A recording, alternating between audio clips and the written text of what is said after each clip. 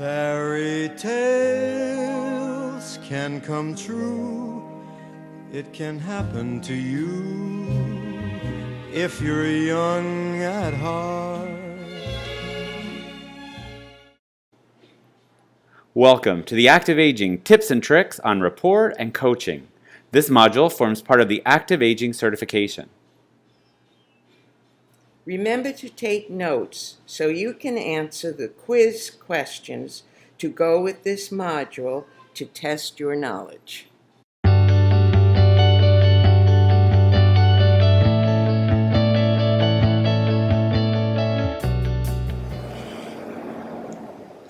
Namaste, Facebook friends and vlog viewers, and welcome to Tips and Tricks for Working with the Active Aging Population. My name is Lawrence Viscontini, but more importantly, I am honored to introduce to you my partner in fitness and wellness crime, Bernadette O'Brien, whom I call Super Betty, who is my co-presenter for this release. Bernadette, welcome, and could you please share with everyone how chronologically enriched you are? I am 85 years old. And when did you start your fitness career? In 2002. And what would you done in all your past lives? What have I done? I was a principal of a school, an elementary school in Manhattan, New York City. I was the director of a program called Learning to Read Through the Arts, and a teacher, and a college professor. All of those things prior to meeting you. Have you kept your black belt? I've kept my black belt. I'll never lose it.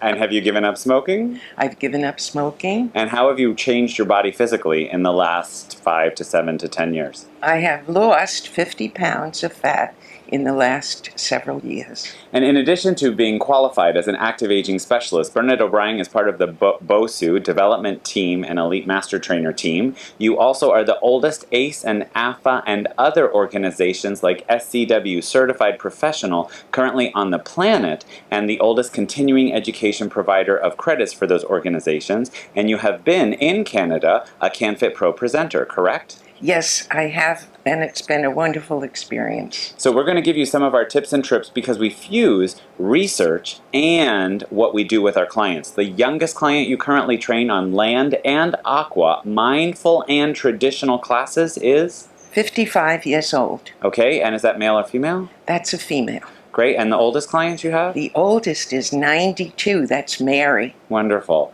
As a caveat, we'd like to share with you that this is not a certification and is not a primer for everything you need to know with working with active aging, but some of our secrets of the industry that keep people coming back based on current research. Now, what are we going to talk about in this download? We're going to be talking about rapport with your clients, how to talk to people who are over 50, because the ICAA, or International Council of Active Aging, run by Julie and Colin Milner up here in Canada, actually say that anyone qualifies as an active aging or active ager once we are over 50. So we are both in this category. I'm a little bit younger. Betty is a little more chronologically enriched. In addition to talking about rapport, we'll talk about coaching. How do you coach this client base that is very, very heterogeneous? We'll talk about what that means in a moment. Some terminology that's out and some terminology that's in. And we'll start by just the little teaser for that is many people say, oh, I teach seniors too, don't they? And what part of that makes us cringe?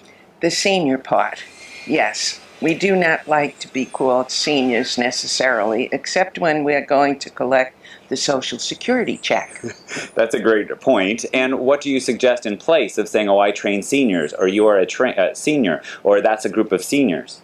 People love when you say that they're chronologically enriched. Wonderful. And if they're not sedentary or frail, we could call them the active aging population. Yes. The last thing we'll do on this download is talk about marketing services, marketing your services as an active aging specialist. So whether you're group fitness or personal trainer, we invite you to start thinking of yourself and marketing yourself as an active aging mindful movement specialist and see how that changes the way people relate to you and what you're doing in the industry. What are we going to do on the second part of this download when we actually stand up and get out of our stools? We're going to do movement. We're going to work on neuroplasticity, and we're going to do some researched moves that are some of my favorites. Wonderful. So we'll be looking at fall prevention, And fall prevention, of course. That's the number one fear that you have with your clients? Yes, it is. Teach me ways to worry about not falling, right? Not falling, and ways to get up and down from the floor, and all those good things. And it used to be that we'd say, well, with seniors, we're just going to do one thing. But now we're a very, very different, and we're a very, very heterogeneous group. So not one size fits all. Absolutely not. You need to be prepared that people in front of you have all different capabilities. There's no one that's exactly the same. Well, I'm excited to share all this information. Are you? Yes, I am. But let's get started. So Bernadette, when we talk about actually improving the overall quality of life, which is our number one goal, we want to improve ADLs, or activities of daily life. Right. So we want to make people COLs. We've always said that in everything we're doing. What's a COL? A champion of living. Right. So in this program, we want to look at what's going to actually make their functional life better. If they're movements that are research-based, and also help them use this term, train to transfer. And what we mean by that is what we do in our training will transfer into their daily life. We won't use seniors, but active aging, because we are going to be training people who can get up and be out of their chair, they're not connected to oxygen bottles, and they're not elite athletes who will say, well, this is too easy for me. This is for the independent group of people who would come to our movement experiences or classes for group fitness. What's the old school approach to training seniors? Well, in the old school, they told you not to do rotations. They didn't want you to do small moves. They also limited the amount of time that you would work on a particular repetition. Those were some of the things that we did in the old school. But now life is very, very different, right? In the United States and Canada, every day, how many of us are singing happy birthday and turning 65? 10,000 people, Lawrence. Isn't that amazing? It is, right? So where's our job security? Teaching and training which population? The active agers. Absolutely, I think so. So baby boomers were people born between 1946, that's Cher and Dolly Parton era, and 1964, so myself and Michelle Obama and anyone between 46 and 64, just remember those numbers, 4-6 and reverse them 6-4, became baby boomers. And now we're ready for more, and we're still going to the gym. And then there are people who are deciding in their sort of active aging after 50 birthdays to start going to the gym. You get people who have been fit all their lives coming to your classes, but don't you also get people saying, I see that transformation, I've heard I need to go take class with Super Betty, and they come to you and they've never been to the gym before. Absolutely, right? Absolutely. And they're amazed at what they're capable of doing once they start coming to the gym and becoming an active ager. Right. So unlike training kids or a boot camp for athletes, this is a very heterogeneous group. And what do we mean when we say this is a group with issues? Well, everybody is different because we analyze them according to 5 age groups. We talk about their chronological age, their functional age, their biological age, their psychological age, and their social age. And when we combine all the variables of those ages, you have a mix that is really quite extraordinary with many, many different variations on their capabilities. Because if you said to them on any day in your pool or in your land classes, would you ever say, whoever's 100% functioning today, raise your hand? You wouldn't have many hands, if anything, right? There's always, oh, my knee, oh, my lower back, oh, my shoulder, or my medicine, or where you don't get with the other populations we mentioned.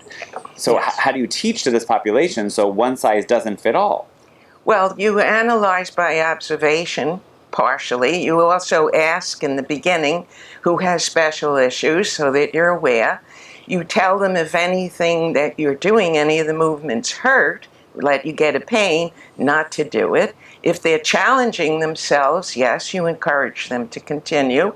And they learn then after coming to the class to also self-evaluate what they can or cannot do. Right. And more often than not, when you're teaching the skills and drills, which we don't call them exercises, we call them moves or skills and drills, when we're doing that or playing games with your clients, you offer at least 2 options of everything. And what do we call those? We call those progressions and regressions. And what does that mean? That means that if a certain move is more challenging to the body, That's a progression, but we're still working the same parts of the body or the same muscles that we intended to focus on, but we can do it in a regression, which is less challenging or intense. Wonderful. So everything we do, we want to offer, here's a way to make it easier if your body listens to that way, or here's a way to make it harder if your body takes it that way. And that way, no one can say to you at the end, this was too easy, or was inappropriate for me, or, God forbid, it wasn't hard enough. Always offering progressions and regressions. So you're almost teaching multi-level classes. Every move or skill or drill has a couple facets to it, doesn't it? Absolutely, absolutely. And that's where the insightful teacher learns how to do that, to actually be able to focus on the variables. Pearls of wisdom. Thank you. Before we move into our next section, let's talk about 3 key terms as we'll follow along in the handout. The first is senescence. If someone says to you, oh, what do you do, or do you teach seniors, it might be better to say, I am an active aging mindful movement expert and I specialize in senescence. What's that word, senescence? Senescence is the study of the aging. So it's a science, and there's lots of literature out there on that, and that's what senescence is. Thank you. Neuroplasticity, lot of syllables. Neuroplasticity is when we exercise the brain and the body in all of their functions simultaneously and paying attention to reaction and memory at the same time. And we'll be doing some examples of that towards the end. For example, a lot of people think that sitting and doing Sudoku for the brain's mathematical skills, for example, or left brain, is working neuroplasticity. It's only half of the definition of neuroplasticity. It's great for the brain, but what would make it neuroplasticity? You said you have to combine the brain and body, so then sitting, relaxing, doing Sudoku would be more neuroplastic if you did what? Movement at the same time that you're working the Sudoku puzzle. So walk around the room while holding it, or just sit there and raise your knees in the chair, or at least march in place. There has to be some combination, not intense necessarily, but some combination of body and brain together for neuroplasticity. And that's what we talk about with mind-body training anyway. It's not mind, period, body, period training. Let's work out and then let's do something for the brain and namaste, you're on your way. It's that combination fusion. Wonderful. And the last term in our handout, just to know before we move in to the more theory, is self-efficacy. What's that? Self-efficacy is when a person gets up in the morning and they say, I'm going to be able to do all the things I need to do today alone, independently, and that's empowerment, and that's self-efficacy. And that goes back to, taking us full circle, making people champions of living so they actually are independent. They don't have to depend on anyone for getting the sugar off the bottom shelf or putting the jug of milk on the top shelf or any rotational patterns that they might need in the car if they're still driving, correct? Correct. Do you feel self-efficacious? I do. I am a very fortunate lady that I can enjoy that part of my life. Are you still driving? I'm still driving. Are you still traveling? I'm still traveling. You still doing your bucket list? I'm still doing my bucket list. All right, let's move into the next section, which is some more theory following along on the handout.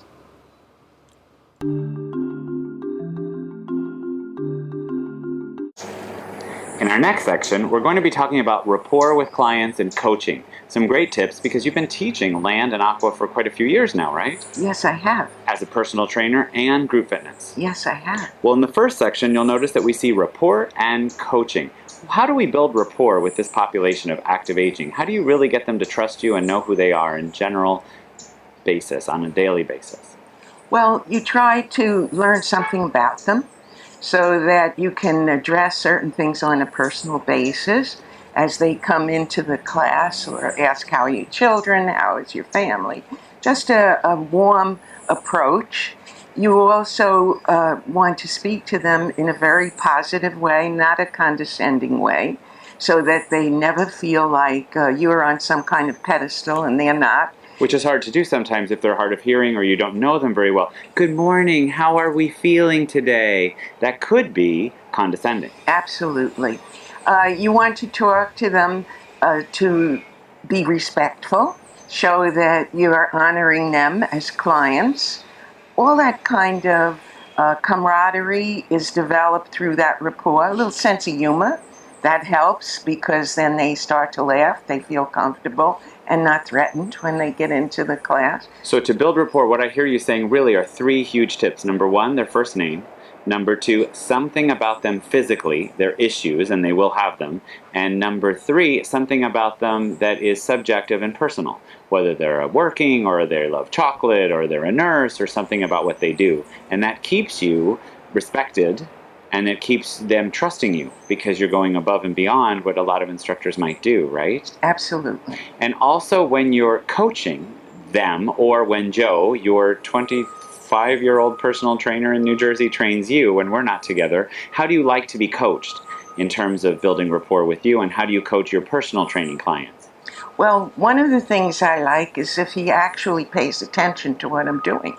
I've had an experience where they go off on another tangent and don't look at you. So you want them to be at eye level at all times to be able to see what you're doing.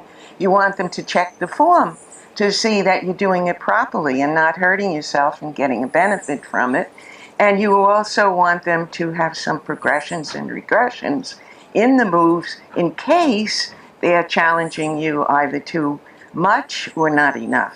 A great way I found to work with that, and I do that with you every time we do a session together, is I'll ask Betty 3 questions at the beginning. This doesn't work in group, but it does personally, and 3 questions at the end that are the same with the acronym SHE, S-H-E. Betty, 1 is low number, 10 signifies a high number. What's your stress level right now, 1 to 10? What's your happiness level right now, 1 to 10? And what's your energy level right now, 1 to 10? And while I'm still using numbers, I'm ascertaining both physiological and psychosubjective feelings so that I can put my head around what we're going to do in that session, and then ask you at the end the same SHE questions. What's your stress? What's your happiness? And what's your energy? And as a personal trainer or a mindful movement active aging specialist, I could track those over time and show you, look, Betty, in January you started with me, you were at a 3, and now you're finishing your session 73% higher in happiness than you were before Lawrence was in your life, and etc. It's a wonderful way to build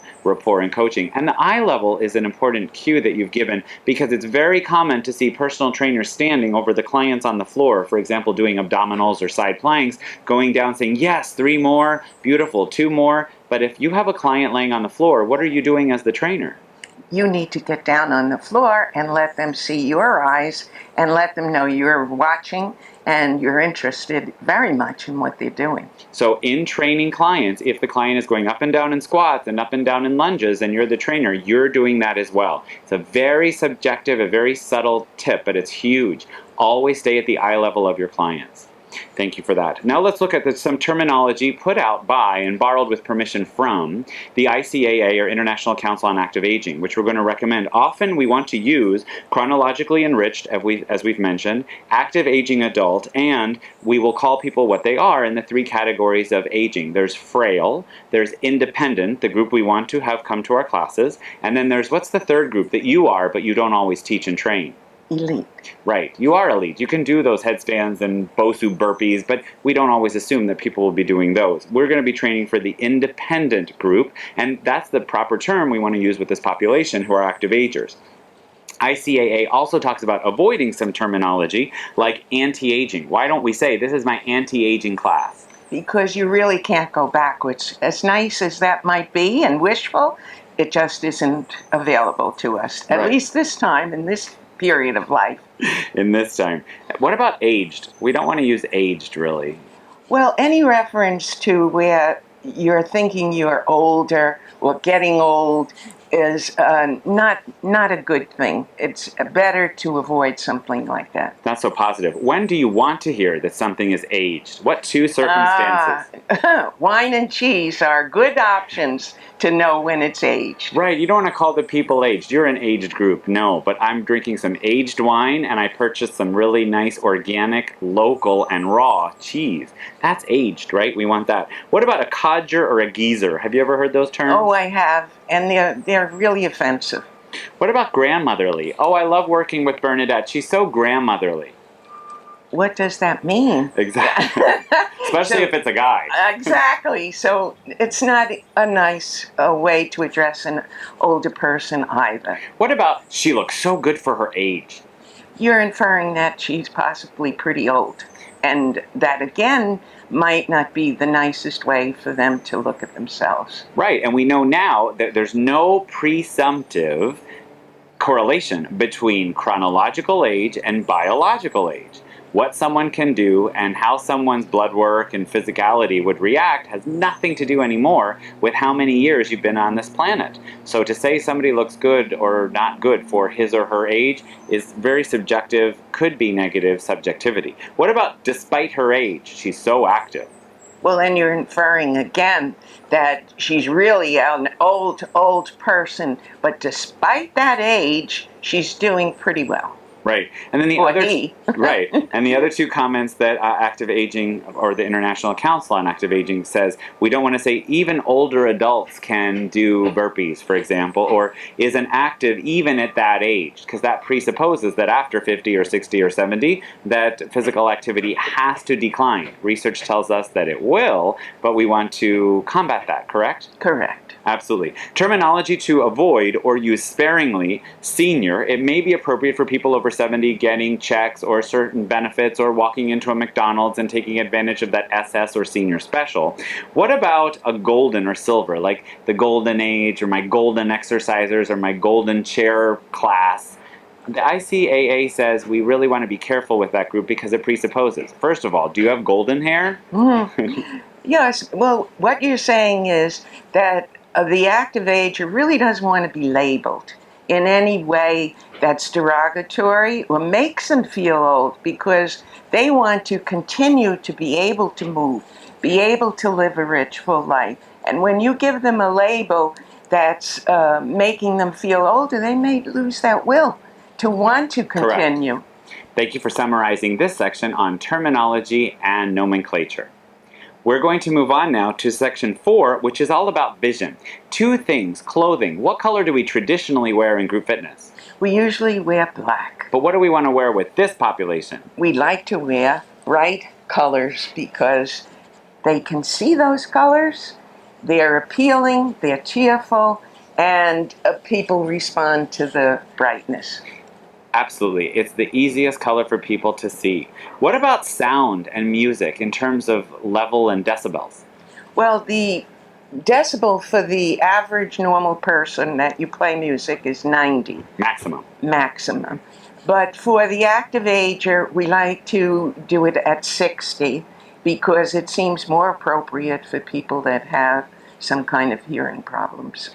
Right. So if you have your people in the pool and you have people in a classroom, not even 60 or 90 decibels, one size will fit all. So how do you organize that in terms of group dynamics in the room? Who's closer and farther? Well, when I did my report and found out some of their special issues, the people that I found that had some hearing problems that was harder for them to hear, we would place, or I would place at the beginning or the front of the class. Closer to you and the speaker. Closer to me and closer to the speaker. And then the ones that were more proficient, they would be toward the rear of the class. Wonderful. Very common way for one size to fit all. The second issue with sound is how do you make sure that they're not chatting or talking? Because sometimes this group can be. Yes. Well, at the beginning of the class, talking is permissible, and I give them an opportunity to do that. And then we have an icebreaker, and the icebreaker also gives them a chance to talk. And then when the class is officially starting, after we've done our introduction and all the necessary preliminaries, then the concept is to keep them moving, paying attention, and active, so the talking is not necessary. Perfect. Wonderful. Now, since you mentioned that often you play music, we have to worry about the issue of lyrics. And tell me about lyrics in this population. Well, some of the songs today that are really fun to listen to have some lyrics that are not acceptable, maybe to anybody, but in particular to the active ager. So we use Power Mix as the basis for our music because all of their recordings have been screened not to have any offensive language, even though the song might sound exactly like the original. So you're pretty busy, so instead of worrying about what lyrics could you use, or if someone asks you for a specific song, whether it's newer or older, you just go to one shop and that you choose Power Music? Yes, I do. And what about the speed at which you play Power Music? Because you have their app, which is adjustable. So do you change the tempo or the speed or beats per minute of a song? What works best for Land or Aqua that you found for this population if you want them to match the beats per music?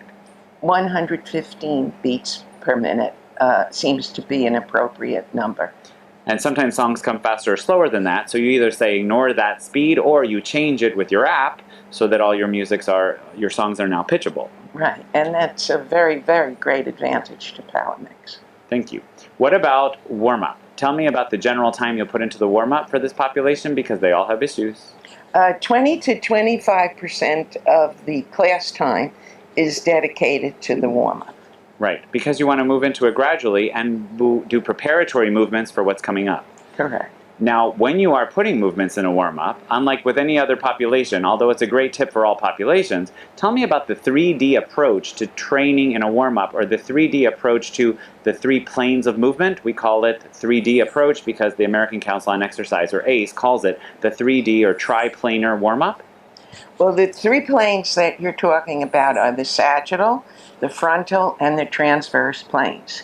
The sagittal is when we go forward or backward facing in that direction, and that's how we walk. And when we get up in the morning, the first thing we do is walk forward.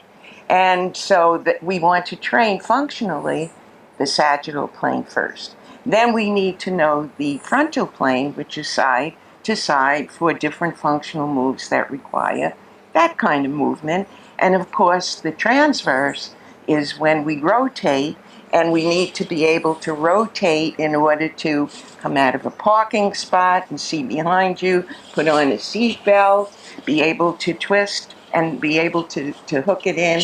And of course, 99% of the time, the toilet paper roll is on the back wall or at least farther behind you, and you have to rotate in order to get that. So these are all functional reasons why we go first sagittal, then frontal, and then transverse. Thank you very much for that and the triplanar warm-up, and we'll give a little example to make it visual when we do our second section of this, where we actually make this come to life. Now on number 7, we see building rapport with our clients. Social games. You mentioned that one of the ages is social games, or social age, and you incorporate social games in every experience you create in Land and Water, right? So there's a time to be quiet and focus on you, then there's a time where they move on and they're allowed to do work in groups, and that helps build social age. Some of your people love to talk, and they come in talking, and they finish talking, and they're competing for your attention, correct? Some of your people are depressed and quiet, correct? Correct. And this provides another opportunity during the class time where they can talk, and it's acceptable, and they even laugh, and they have a sense of humor about it, and that builds up a joy for coming to the class. They meet new people. They may have been without a family, without too many friends. Maybe some of their friends passed on. So here's an opportunity to meet new people, which it doesn't always present itself if you're living alone. Right. Some people are depressed, more reclusive, but they know they need movement, and here's another opportunity for them to socialize. In 2013, Scripps Hospital actually predicts that loneliness and depression will be one of the conditions or causes of death in people over 60 in about 5 more years. Because as the technological age is advancing, some people are not on technological savvy devices every moment. They're not all like Betty on social media all over the place. Letter B is neuroplasticity games and skills and drills. We'll give them example of that when we do our movement to keep their brain as sharp as their social skills. And what about group dynamics in general? We really want to work on social age, so sometimes you actually let them talk in pairs. An advantage of group dynamics is that when they play social games or skills and drills, they can't always choose the same partner, correct? Oh, definitely. Yes. What would happen? Well, sometimes you get a partner that works really well with you, and sometimes that isn't so. So you don't want to keep them in that predicament, good or bad, for the entire time. You want to share the wealth. And sometimes they will choose the same friends all the time and sort Exactly. of try to make a little coup d'etat of the control of the class. Not that any of your people would do that, of course. What about icebreakers before class, when they're waiting in the pool for you to show up or press play or do your pre-class introduction, or if there's time before you officially start the welcome of a class? You do icebreakers for their social age? Yes, I do. And an example of an icebreaker would be, I might say to them, what is your zodiac sign? See if you can find as many people in the class that have the same zodiac sign, group together, and then tell one thing about yourself to each other. And so that is an icebreaker, but it's also helping them socially to meet other people they might not have spoken to prior to the class. With a time limit. They don't have the whole class time to do this. You tell them you have 2 minutes to group yourselves according to your zodiac signs. And you do an icebreaker for every experience you create, correct? Correct. I do one for every class that I teach. So how do you get new ideas for icebreakers? You just Google icebreakers for kids, and you'll get tons of ideas. If you Google icebreakers for adults, you get a lot of boring pen and paper games. What about encourage socialization after class and all of your pool and land classes that you do weekly or monthly gatherings? Tell us very briefly about that, please, because it encourages social age interaction. Well, what we do is usually the classes are 10 sessions. So after the 10 sessions, we will go out for lunch. And they'll pick the restaurant, and I bring the alcohol, or I pay the alcohol bill, whatever restaurant they chose.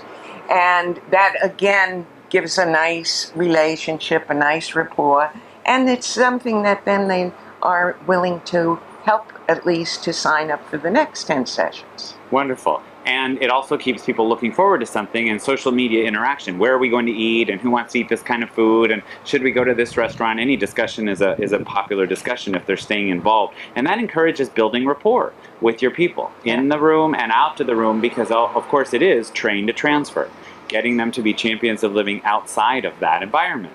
So as personal trainers or mindful movement active aging experts, we have to market our services. And the first way is, you'll see there on the handout on letter A, is what you call yourself, not a personal trainer for seniors, and we've explained why. What about social media? You are on Instagram, you are on LinkedIn, you are on Twitter, and you have 2 Facebook groups, your personal and your Aqua Stars America Facebook group, correct? Correct. How does that enhance your career and your following?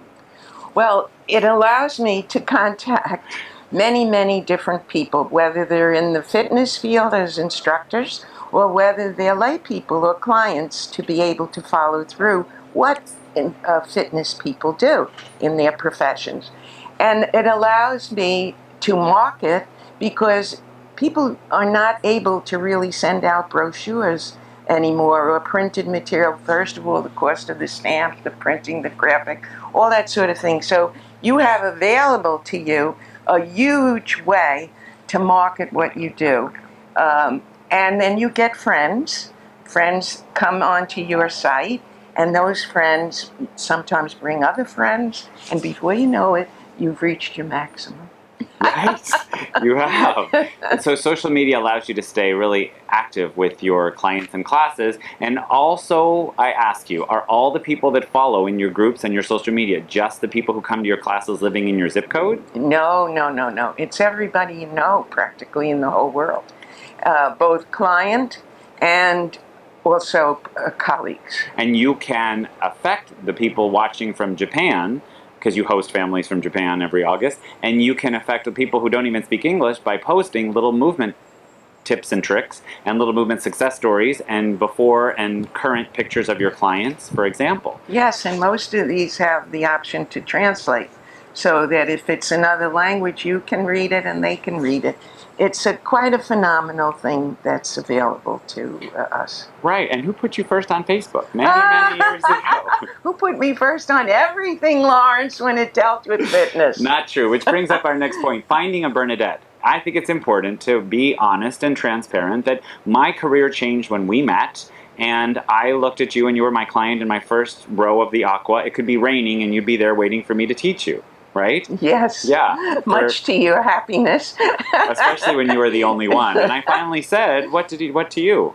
You said to me, why don't you get certified? You're here every day. And And so I said to him, "Oh no, this can't happen. No, this isn't going to happen." And of course, Lawrence never takes no for an answer.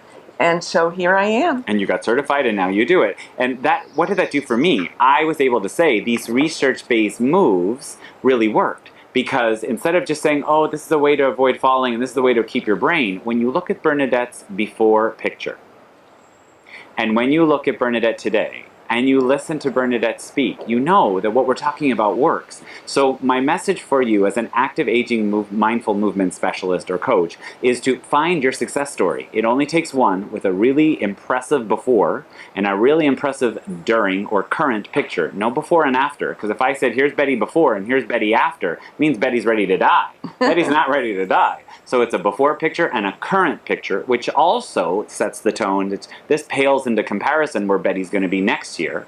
And it also says it really brings efficacy to the research, right? Because if we said these moves prevent falling, but how about when you're going to stumble on a plane because somebody has his or her leg in the aisle and you catch yourself, and we're teaching catch yourself, it shows how functional it is, right? Correct, Lawrence. So everybody has to find a success story. Do you have a success story client? People who have come to you for a while now and they're always in your front row and they sort of always in your classes, correct? Oh yes, they definitely, they'll tell me, oh, I went for a bone density test and my bone density is improved when it had never improved before. And some of your people actually went on to become certified and you're their indirect or direct mentors and now they sub for you, correct? Absolutely, yes. One in particular, Bonnie, she has become certified. She just finished taking her AFA test. And she's waiting to see if she passed, but she has her AEA one. Wonderful. And I recommended to her to try to get the best certifications that she could possibly get. Wonderful. The last bullet point under marketing your services, capitalize on the social nature of some of the people in this age group, because they're not all actively boisterous. As we said, some are depressed and shy, but they're still walking in the gym, which is a huge thing for them. If we can capitalize on their social nature, sometimes we reference the talk test, right? Yes. So if they're talking or chatting to each other in aqua, or talking and chatting to each other on land, how do you use that in the talk test for them? Well, then I interpret that to mean that they're not necessarily working at their full intensity. And then I might up the number of repetitions, or I might up the progression, but through my observation, then I'll alter what needs to be done. Right. If you have enough time to chat, perhaps all of your oxygen should be used to stay alive right now and not to chat with your neighbor. And then when you introduce the social skills and drills, that's a time then that they can talk to each other for a few seconds about their astrological sign, or work in a partner, or push and pull, and all the group games we do on land and aqua. Yes. Really fun stuff. So it's great to give them a time to get that out of their system, because it's the social hour of the day, but it's also the time to use their energy and excitement for workout. Yes. Thank you for watching the theoretical section of this release.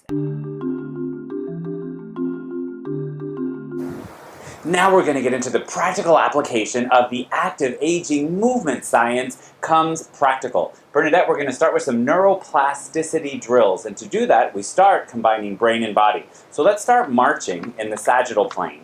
And let's have the arms pump a little bit, just to warm up in that sagittal plane. Then let's take a few reaches overhead, left arm and then right arm, adding and inviting some spinal movement for frontal plane.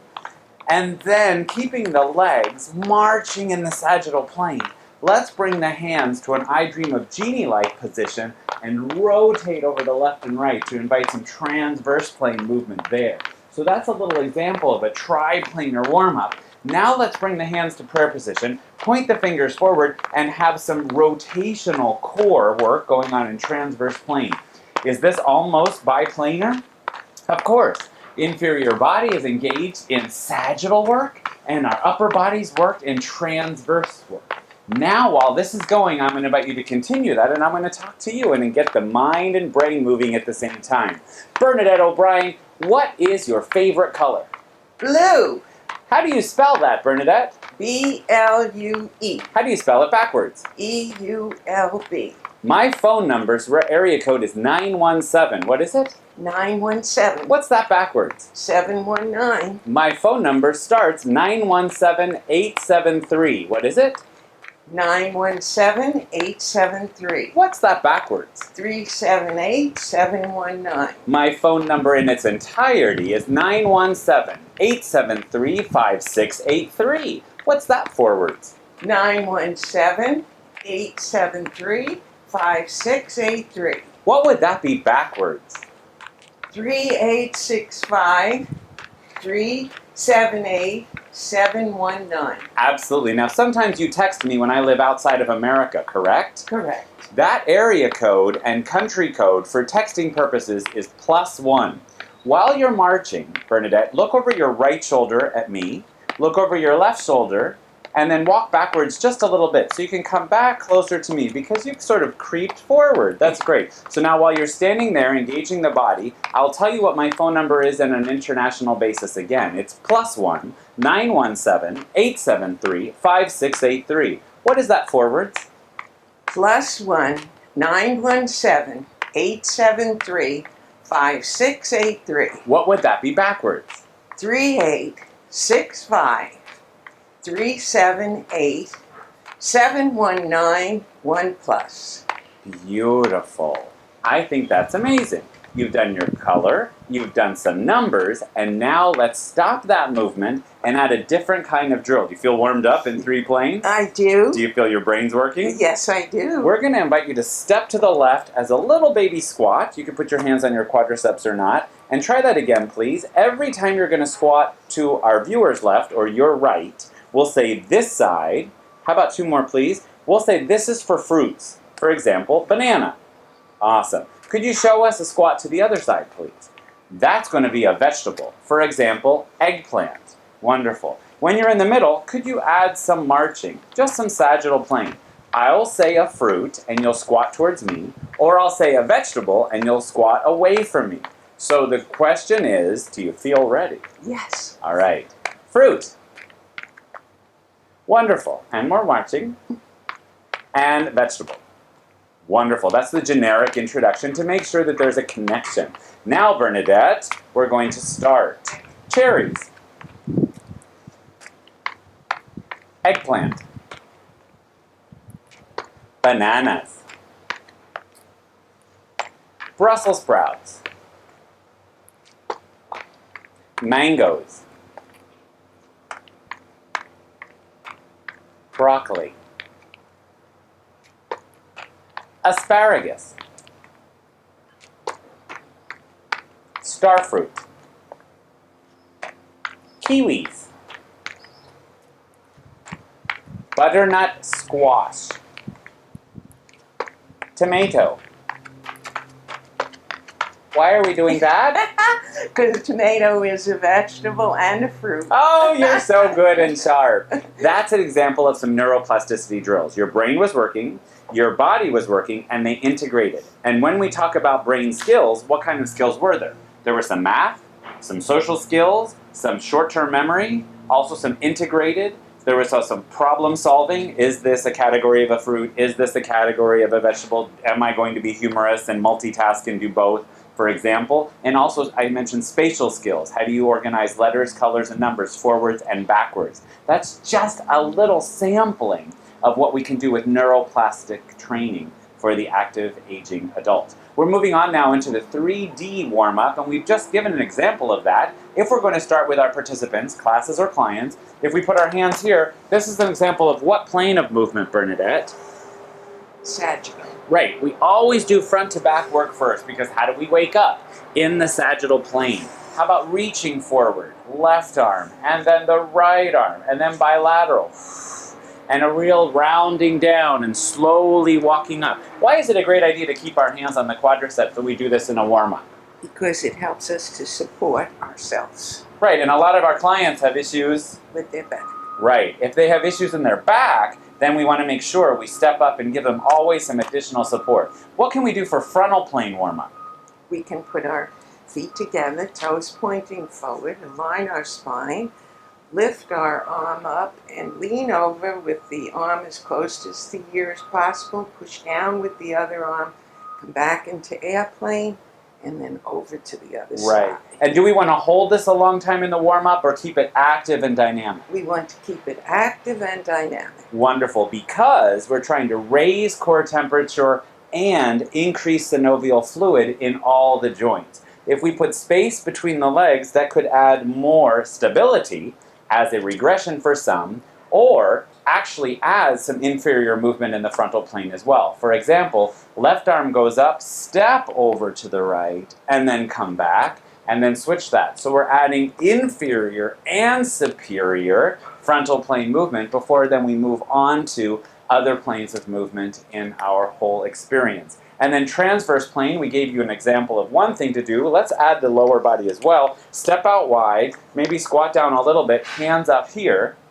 We showed as a progression. Let's make it now even harder. Another progression. Raise your right heel, so your left, perfect. And rotate to me, keeping the chin lifted, and come neutral. And then over to the other side, raising the other heel, and come back. Raising the heel and drawing the navel in.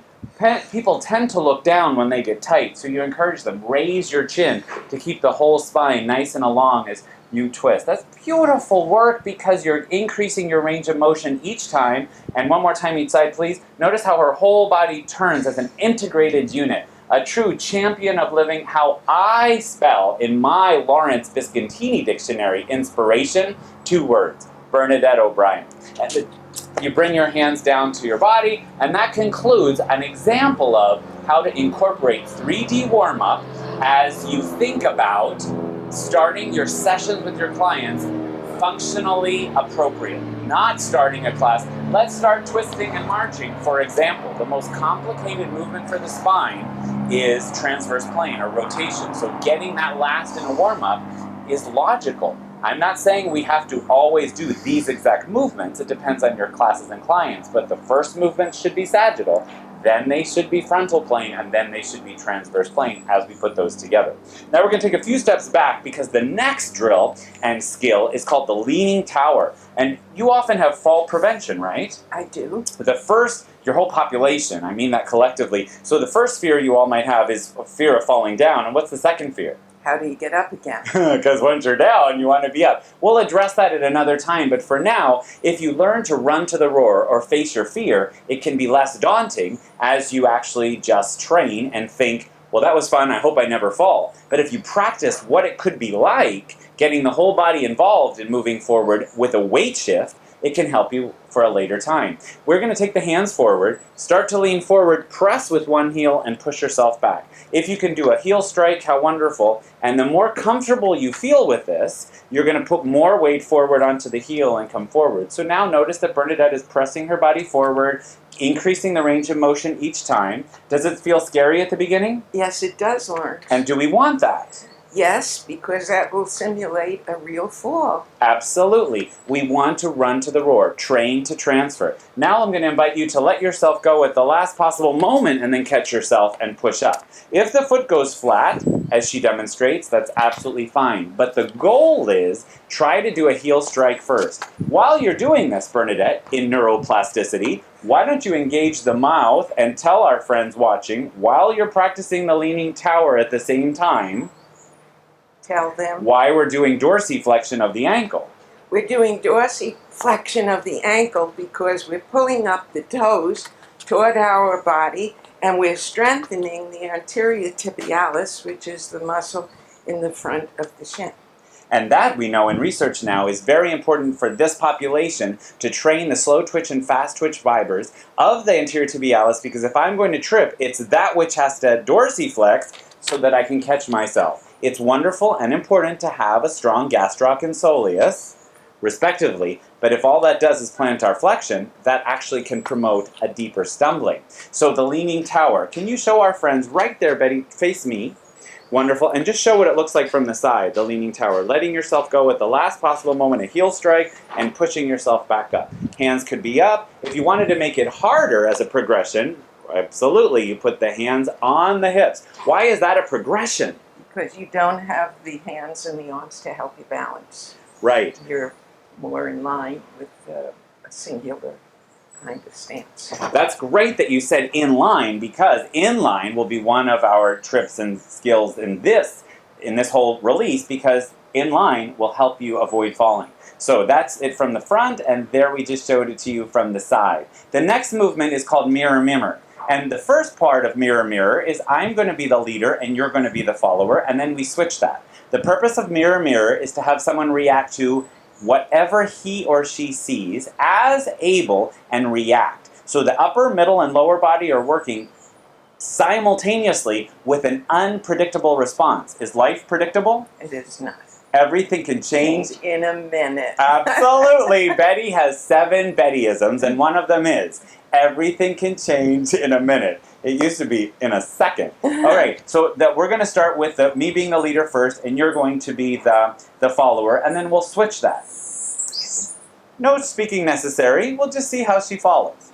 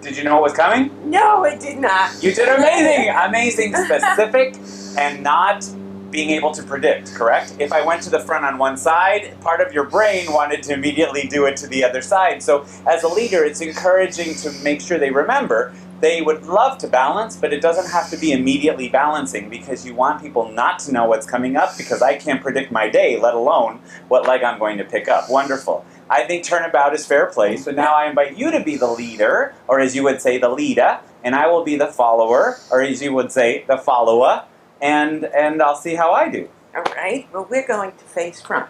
Okay. And start by coming here.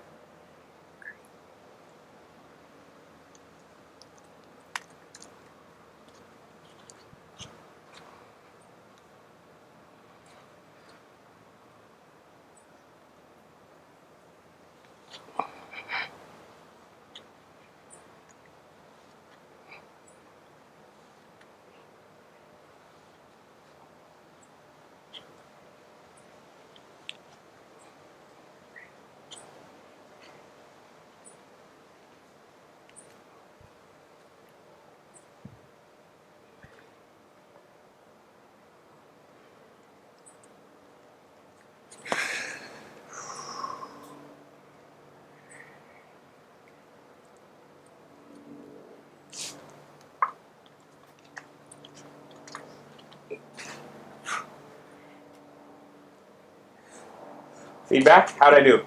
Great. You're amazing. You went to the floor, you did bilateral work, you did unilateral work, you did weight-bearing work. I have regular participants of boot camp who can do all that at once. That was amazing. Can I invite you to come up here a little bit closer? So the purpose of Mirror Mirror is to make them work social age, interact, not always with the same partners, but also the wonderful thing about that is it takes away the verbal, and the room becomes quiet, and they get to focus on who is the leader. And you will have some people who are much more creative at movement, and some people who just stand and scratch. So when you set the tone of that movement, you can actually say it's okay to scratch, as some of it can be funny and some of it can be bilateral. And another reason why, as we said, we never pair the same people up the same time is if you get stuck with a dud, you got the dud for the whole 2 minutes. And every day you get a plethora of ever-changing stimuli to which you have to react. That makes it very exciting, correct? Correct. Now we're going to move on to red light, green light. The purpose of red light, green light is, again, to create an environment to which you cannot predict but must react, and anti-falling or fall prevention strategies. If you don't mind, I'm going to be in the front to start, and we won't demonstrate the second option, but the second option would be the person who is the leader becomes the follower, and the follower becomes the leader. There must be one verbal cuer for the whole experience at any one time. I will be that, but normally that would come from an external source. If I'm the instructor, then I once in a while will say red light. Once in a while, I will say green light. We will demonstrate now, but notice that when I'm speaking, normally in groups, they do not speak. They only react. So like mirror, mirror, red light, green light is a silent drill for them, but they will be giggling. It is important when people are going to touch each other in this and all populations that you say, where are the safe zones? And the safe zones are shoulders only. We like to say that one more time. The safe zones are shoulders only. So Betty, I'm going to come up to you and let you touch me there only, at least for purposes of this game. We're going to start to march, and her goal is to follow me. The leader says nothing, but determines the path.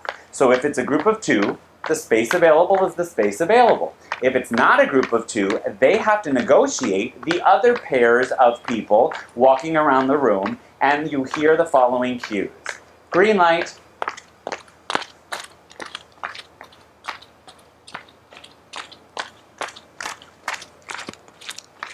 Red light.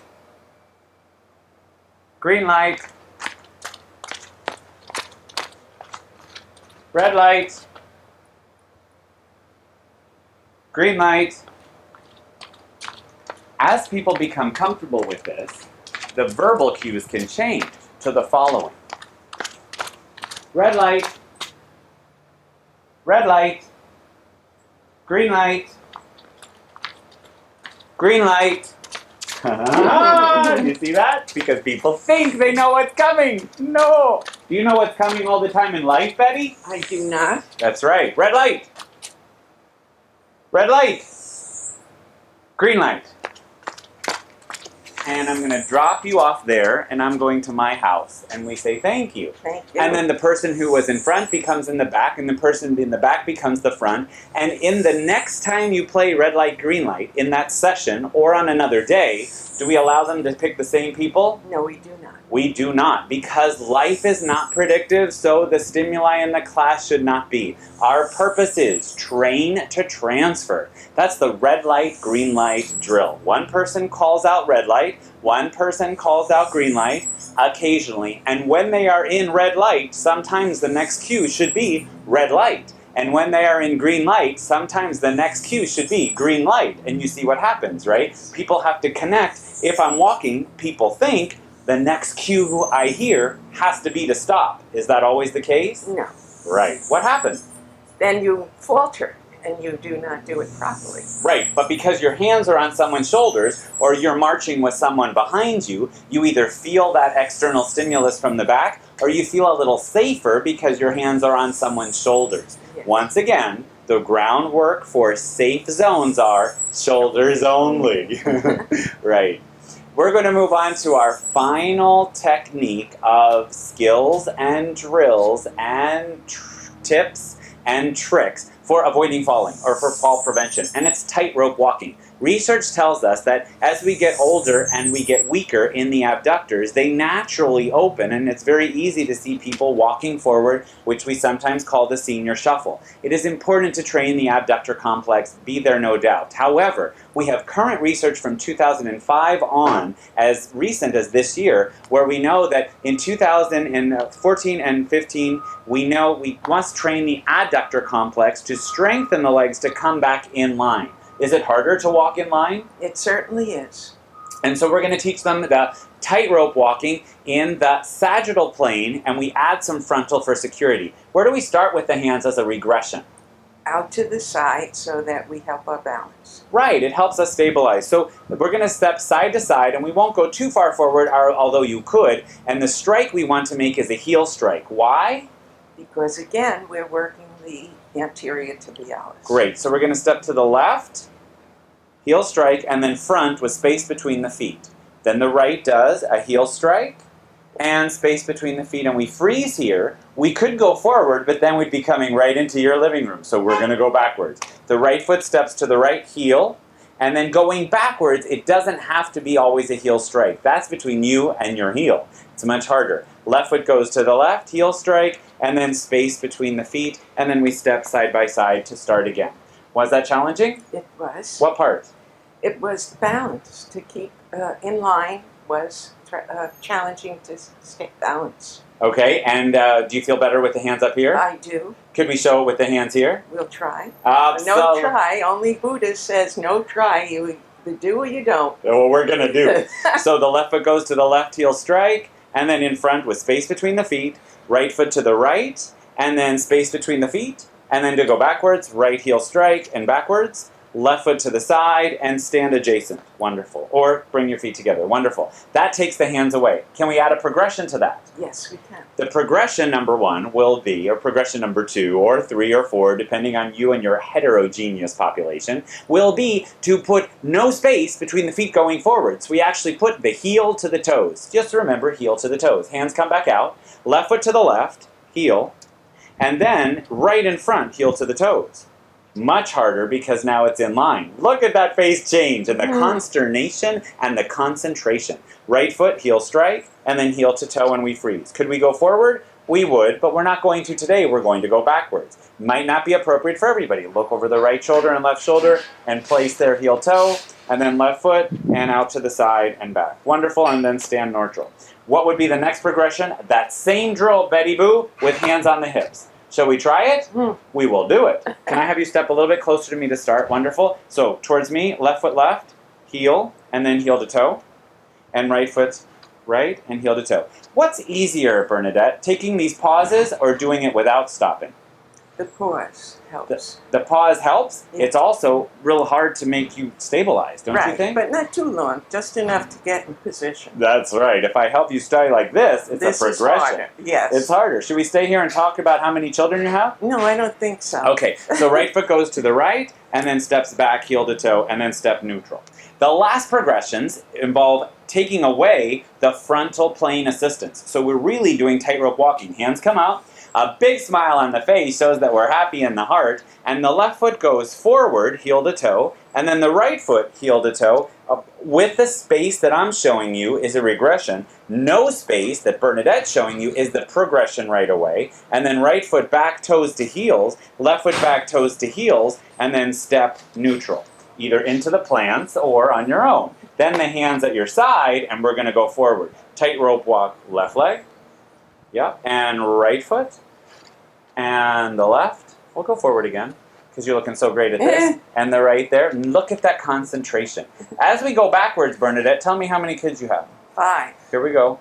Move, and tell me their names as you're stepping back. Peter, Bernadette, Michael, Christopher, and Stephen.